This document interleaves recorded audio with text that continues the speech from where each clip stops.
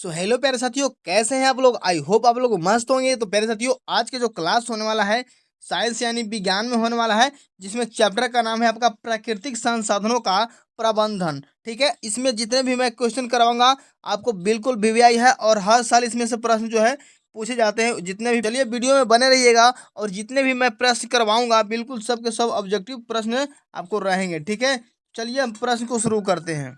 तो आपका पहला प्रश्न है, कहता है कि निम्न में से कौन सा प्राकृतिक संसाधन नहीं है। निम्न में से कौन सा प्राकृतिक संसाधन नहीं है। ऑप्शन देख लीजिए, वायु है, बी में देख लीजिए मृदा है, सी में देख लीजिए जल है, डी में देख लीजिए जीवधारी है। तो यहाँ पर ही पहला नंबर का जो हो जाएगा ऑप्शन नंबर डी बिल्कुल राइट हो जाएगा, जीवधारी। कौन सा जो है प्राकृतिक संसाधन नहीं है, तो जीवधारी जो है आपका प्राकृतिक संसाधन नहीं है। तो यहाँ पर ऑप्शन नंबर डी बिल्कुल करेक्ट हो जाएगा। ठीक है, चलिए अगला प्रश्न कह रहा है, टेहरी बांध का निर्माण किस प्रदेश में किया गया है। टेहरी बांध का निर्माण किस प्रदेश में किया गया है। ऑप्शन देख लीजिए, उत्तर प्रदेश में किया गया है, कि उत्तराखंड में किया गया है, कि राजस्थान में किया गया है, कि मध्य प्रदेश में किया गया है। तो बता दीजिए कि टेहरी बांध का निर्माण किस प्रदेश में किया गया है। तो ऑप्शन नंबर यहाँ पर ही हो जाएगा बी बिल्कुल राइट हो जाएगा, उत्तराखंड में। ठीक है ना, टेहरी बांध का जो निर्माण किया गया है वो उत्तराखंड में किया गया है। ठीक है, होता है कि चिपको आंदोलन किससे संबंधित है। चिपको आंदोलन किससे संबंधित है। वन संरक्षण से, दूसरा में है मृदा संरक्षण से, तीसरा में है जल संरक्षण से, और चौथा में है वृक्षारोपण से। तो चिपको आंदोलन किससे संबंधित है। तो यहाँ पर ही हो जाएगा वन संरक्षण से। ठीक है ना, ऑप्शन नंबर जो ए है बिल्कुल करेक्ट हो जाएगा। वन संरक्षण से जो है चिपको आंदोलन संबंधित है। ठीक है, तो ऑप्शन नंबर ए टिक लगा लीजिएगा। ठीक है, चलिए अगला जो प्रश्न है, चौथा नंबर कहता है कि सुरंगम सुरंगम किस राज्य की जल संग्रहण व्यवस्था है। सुरंगम किस राज्य की जल संग्रहण व्यवस्था है। ऑप्शन देख लीजिए, केरल की है, कि तमिलनाडु की है, कि हिमाचल प्रदेश की है, कि कर्नाटक की है। तो यहाँ पर जो हो जाएगा चौथा नंबर का डी बिल्कुल राइट हो जाएगा। क्या हो जाएगा, कर्नाटक। ठीक है, क्या हो जाएगा, कर्नाटक की है।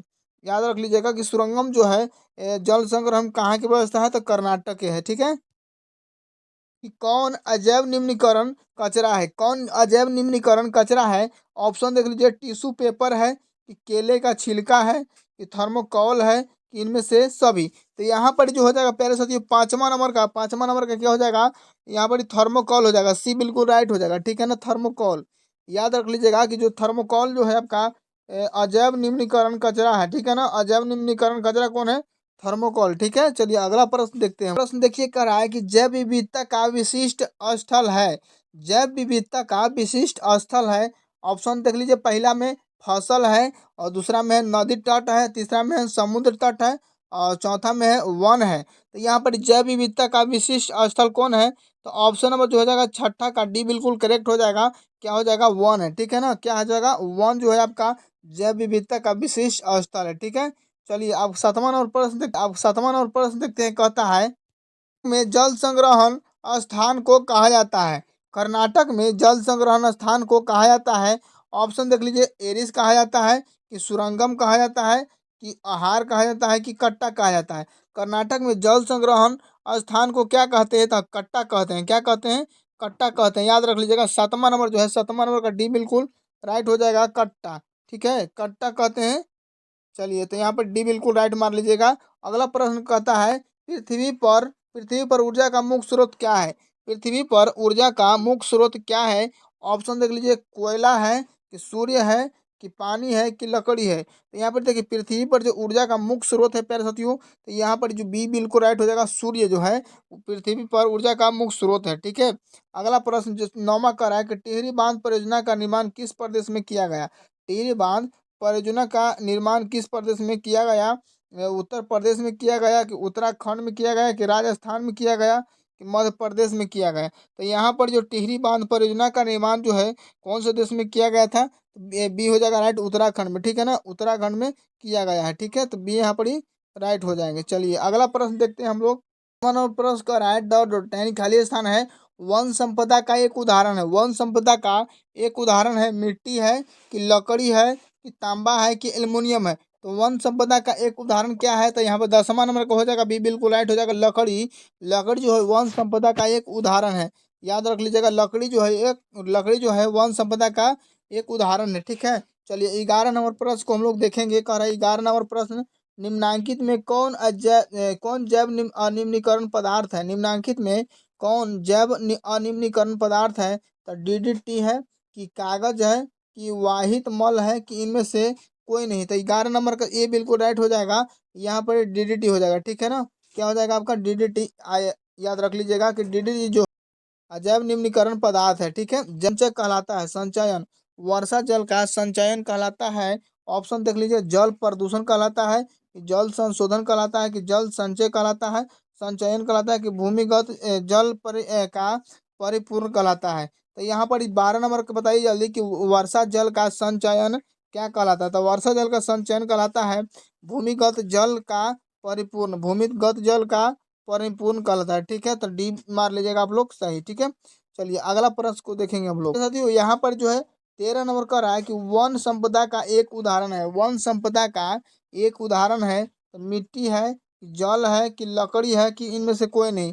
जल्दी बताइए कि वन संपदा का एक उदाहरण क्या है? तो 13 नंबर का सी बिल्कुल राइट हो जाएगा, लकड़ी, ठीक है ना। वन संपदा का एक उदाहरण है लकड़ी। चलिए अगला प्रश्न देखते हैं 14 नंबर।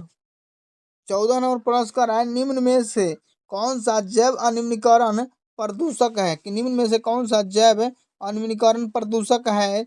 ऑप्शन देख लीजिए, मूल मूत्र है, कि कृषि उत्पादित अवशिष्ट है, कि घर की रसोई का कूड़ा है, कि कीटनाशी है। जल्दी बता दीजिए कि कौन जो है जैव अनिम्नीकरण प्रदूषक है। तो जैव अनिम्नीकरण प्रदूषक यहाँ पे डी जो हो जाएगा, राइट हो जाएगा। कीटनाशक जो है वो जैव अनिम्नीकरण प्रदूषक है, याद रख लीजिएगा, कीटनाशक, ठीक है। अगला प्रश्न देखिए, वन संरक्षण का उपाय।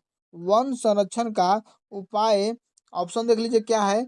नए वृक्षारोपण, हाँ ये तो एक सही हो सकता है। वनों की कटाई पर रोक, ये भी सही है। जनसंख्या वृद्धि पर रोक, इनमें से सभी। तो यहाँ पर 15 नंबर का डी बिल्कुल राइट हो जाएगा, इनमें से सभी। क्योंकि प्यारे साथियों, वन संरक्षण जो है, ये वन संरक्षण का उपाय नए वृक्षारोपण कर सकते हैं, तो आपका जो वन है बचा रह सकता है।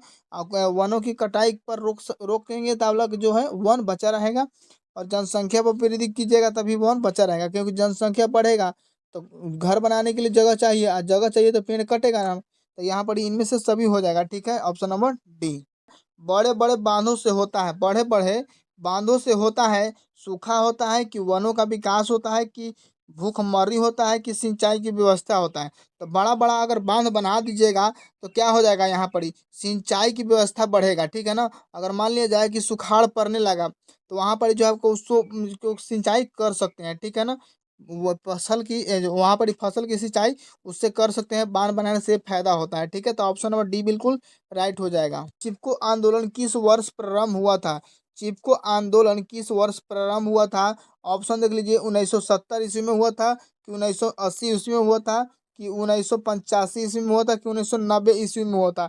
तो बता दीजिए कि चिपको आंदोलन जो है आपका कब शुरू हुआ था? तो 1970 ईस्वी में, ठीक है ना। चिपको आंदोलन 1970 ईस्वी में आरंभ हुआ था, ठीक है। अगला प्रश्न देखते हैं, करा है गंगा कार्य योजना किस वर्ष प्रारंभ हुई? गंगा कार्य योजना किस वर्ष प्रारंभ हुई? 1980 में हुआ था, 1985 में हुआ था, कि 1990 में हुआ था, कि 1995 में हुआ था। तो गंगा कार्य योजना किस वर्ष प्रारंभ हुआ था? तो यहाँ पर 18 नंबर जो है, 18 नंबर का बी बिल्कुल राइट हो जाएगा। 1985 ईस्वी में हुआ था, ठीक है ना, गंगा कार्य योजना। तो मार लीजिएगा 1985, ठीक है। चलिए अगला प्रश्न कहता है, निम्नलिखित में कौन सा प्राकृतिक संसाधन है? निम्नलिखित में कौन सा प्राकृतिक संसाधन है? गंगा नदी है, ईंटें है, सीमेंट है, बांध है। तो निम्नलिखित में कौन सा प्राकृतिक संसाधन है? तो यहाँ पर 19 नंबर का ये बिल्कुल राइट हो जाएगा। गंगा नदी जो है, गंगा नदी जो है यहाँ पर प्राकृतिक संसाधन है, ठीक है। चलिए अगला प्रश्न देखेंगे, 20वां नंबर। 20 नंबर जो प्रश्न कर रहा है कि सरदार सरोवर बांध किस नदी पर निर्मित है? सरदार सरोवर बांध किस नदी पर निर्मित है? यमुना नदी पर है, कि गंगा नदी पर है, कि नर्मदा नदी पर है, कि तावा नदी पर है? तो सरदार सरोवर बांध किस नदी पर स्थित है? तो 20 नंबर का हो जाएगा सी बिल्कुल राइट हो जाएगा, नर्मदा नदी, ठीक है ना।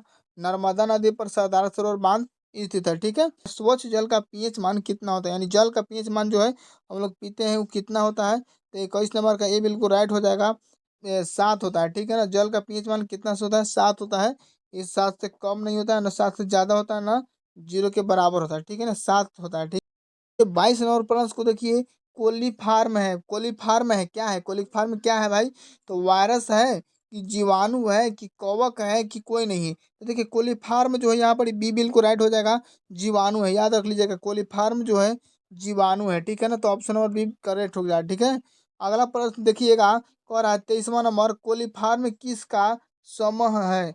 बताइए कोलीफार्म जो है किसका समूह है? तो प्रोटोजोवा का है कि विषाणु का है कि जीवाणु का है कि उपरोक्त सभी का है? प्रोटोजोवा का है। देखिए यहाँ पर 23 नंबर का जो हो जाएगा सी बिल्कुल राइट हो जाएगा, जीवाणु का है, ठीक। कोलीफार्म समूह है, ठीक है। चलिए अगला देखते हैं, प्रश्न कर रहा है निम्न में से कौन सा जीव, कौन सा जैव निम्नीकरण प्रदूषक है?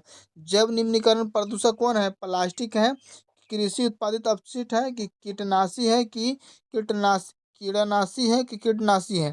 तो जल्दी बताइए 24 नंबर का। तो 24 नंबर का यहाँ पर बी बिल्कुल राइट हो जाएगा। क्या हो जाएगा आपका? कृषि उत्पादित अपशिष्ट, ठीक है ना। कृषि उत्पादित अपशिष्ट जो है जैव निम्नीकरण प्रदूषक है। चलिए 25 कह रहा है कि जल संग्रहण है। ऑप्शन नंबर ए कह रहा है नदियों का शाखाए नयवयन, और दूसरा में है जलीय नहरों का शाखा नयवयन, और सी में है वर्षा का संग्रहण, और डी में है गंदे जल का संग्रहण। तो 25 नंबर का जो हो जाएगा सी बिल्कुल राइट हो जाएगा, वर्षा का संग्रहण, ठीक है ना। वर्षा का संग्रहण हो जाएगा यहाँ पर, ठीक है। तो सी बिल्कुल राइट हो जाएगा, मार लीजिएगा आप लोग, ठीक है। अगला 26 नंबर का आ रहा है निम्न में से प्राकृतिक संसाधन है। निम्न में से प्राकृतिक संसाधन है, कोयला है, वन्य जीव है कि वन है कि ऊपरी सब ऊपर दिए हुए सभी है? जल्दी बता दीजिए कि प्राकृतिक संसाधन कौन है? तो 25 प्राकृतिक संसाधन कौन है? तो यहाँ पर इनमें से सभी हो जाएगा, ठीक है ना।